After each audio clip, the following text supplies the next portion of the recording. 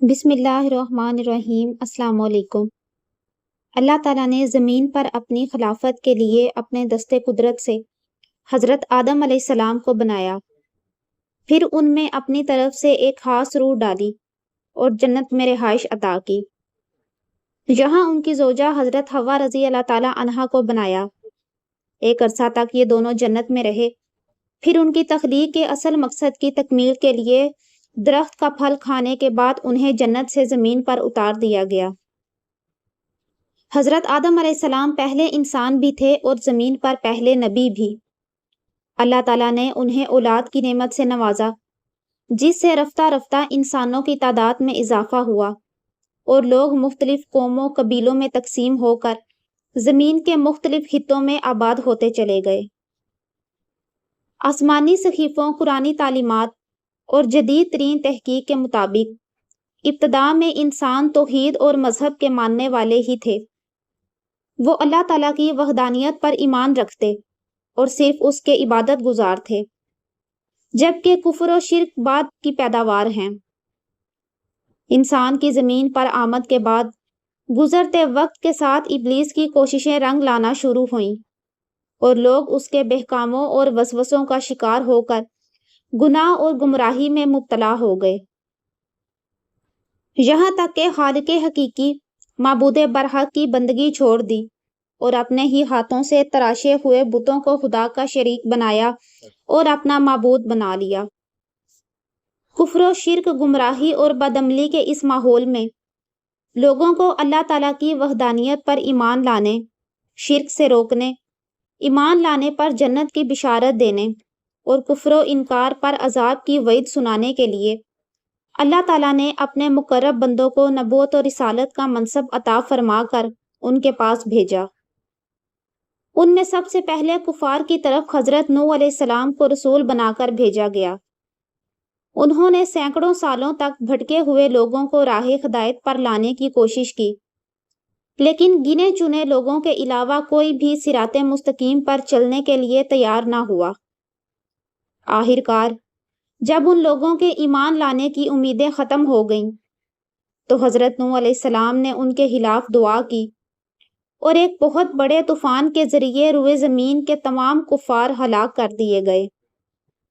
جبکہ حضرت نوح علیہ السلام اور اہل ایمان کو رب کریم نے اس عذاب سے محفوظ رکھا۔ طوفان نوح ختم ہونے کے بعد حضرت نوح علیہ السلام اہل ایمان کے ساتھ کشتی سے زمین پر اتر آئے اور ایک شہر آباد کیا۔ پھر آپ سے انسانوں کی نسل آگے چلی، اسی لیے آپ کو آدم ثانی یعنی دوسرے آدم کہا جاتا ہے۔ آپ علیہ السلام کے وصال کے کچھ عرصے بعد لوگ بت پرستی کے رستے پر چل پڑے اور ان کی اصلاح کے لیے اللہ تعالیٰ نے مختلف اوقات میں مختلف قوموں کی طرف پے در پے انبیاء و مرسلین علیہم السلام کو روشن نشانیوں اور معجزات کے ساتھ بھیجا۔ لوگوں کی ہدایت و نصیحت کے لیے ان پیغمبروں پر کئی صحیفے اور کتابیں نازل فرمائیں۔ ان سب کی دعوت اور تبلیغ و نصیحت کا ایک ہی محور تھا کہ اے لوگو، واحد اور حقیقی خدا پر ایمان لاؤ، کسی کو اس کا شریک نہ ٹھہراؤ، اس کے سامنے اپنی جبیں نیاز جھکاؤ اور اسی کی بارگاہ بے نیاز میں سجدہ ریز ہو جاؤ، اس کے بھیجے ہوئے نبیوں اور رسولوں پر ایمان لاؤ، ان کی اطاعت و فرما برداری پر کمر بستہ ہو جاؤ، گناہ و نافرمانی، سرکشی اور ہٹ درمی سے بچو اور لوگوں کے حقوق ادا کرو۔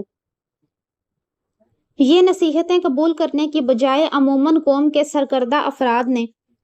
ان رسولوں کا مذاق اڑایا، طعن و تشنیع کے نشتر چلائے، انہیں اپنے جیسا بشر قرار دے کر اطاعت سے منہ موڑا، غریب لوگوں پر اپنا اثر و رسوخ استعمال کر کے انہیں ایمان لانے سے روکا، بلکہ بہت سے نبیوں کو شہید کر دیا، اور ان اقوام کی بے باکی کا یہ عالم تھا کہ عذاب الہی کی وعیدیں سن کر ڈرنے کی بجائے الٹا نزول عذاب کا مطالبہ کرتے، اور آخر کار ان کی سرکشی اپنے انجام کو پہنچی اور بہت سی اقوام مختلف عذابوں سے ہلاک کر دی گئیں۔ انبیاء علیہم السلام کائنات کی عظیم ترین ہستیاں اور انسانوں میں ہیرے موتیوں کی طرح جگمگاتی شخصیات ہیں۔ جنہیں خدا نے وحی کے نور سے روشنی بخشی، حکمتوں کے سرچشمے ان کے دلوں میں جاری فرمائے اور سیرت و کردار کی وہ بلندیاں عطا فرمائی جن کی تابانی سے مخلوق کی آنکھیں حیرہ ہو جاتی ہیں۔ ان کی ربانی سیرتوں، راہ خدا میں کاوشوں اور خدائی پیغام پہنچانے میں اٹھائی گئی مشقتوں میں تمام انسانیت کے لیے عظمت، شوکت، کردار، ہمت، حوصلے اور استقامت کا عظیم درس موجود ہے۔ ان کی سیرت کا مطالعہ آنکھوں کو روشنی، روح کو قوت، دلوں کو ہمت، عقل کو نور، سوچ کو وسعت، کردار کو حسن، زندگی کو معنویت، بندوں کو نیاز اور قوموں کو عروج بخشتا ہے۔ حضرت آدم علیہ السلام سب سے پہلے انسان اور تمام انسانوں کے باپ ہیں، اسی لیے آپ کا لقب ابو البشر ہے۔ اللہ تعالیٰ نے خاص اپنے دستے قدرت سے آپ کا جسم مبارک بنایا اور ان میں اپنی طرف سے ایک خاص روح پھونک کر پسندیدہ صورت پر پیدا فرمایا۔ انہیں کائنات کی تمام اشیاء کے ناموں، ان کی صفات اور ان کی حکمتوں کا علم عطا فرمایا۔ فرشتوں نے ان کی علمی فضیلت کا اقرار کر کے انہیں سجدہ کیا، جبکہ ابلیس سجدے سے انکار کر کے مردود ہوا۔ حضرت آدم علیہ السلام کثیر فضائل سے مشرف ہیں اور قرآن و حدیث میں آپ کا کثرت سے تذکرہ موجود ہے۔ اللہ تعالیٰ ہمیں حضرت آدم علیہ السلام کی سیرت سے علم و عمل کی برکتیں حاصل کرنے کی توفیق عطا فرمائے، آمین۔ آپ علیہ السلام کا اجمالی ذکر قرآن پاک کی متعدد صورتوں میں موجود ہے، جبکہ تفصیلی ذکر 7 صورتوں میں کیا گیا ہے۔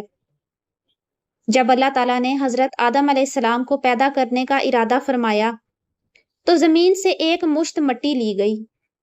پھر اس مٹی کو مختلف پانیوں سے گوندا گیا یہاں تک کہ وہ گارا بن گئی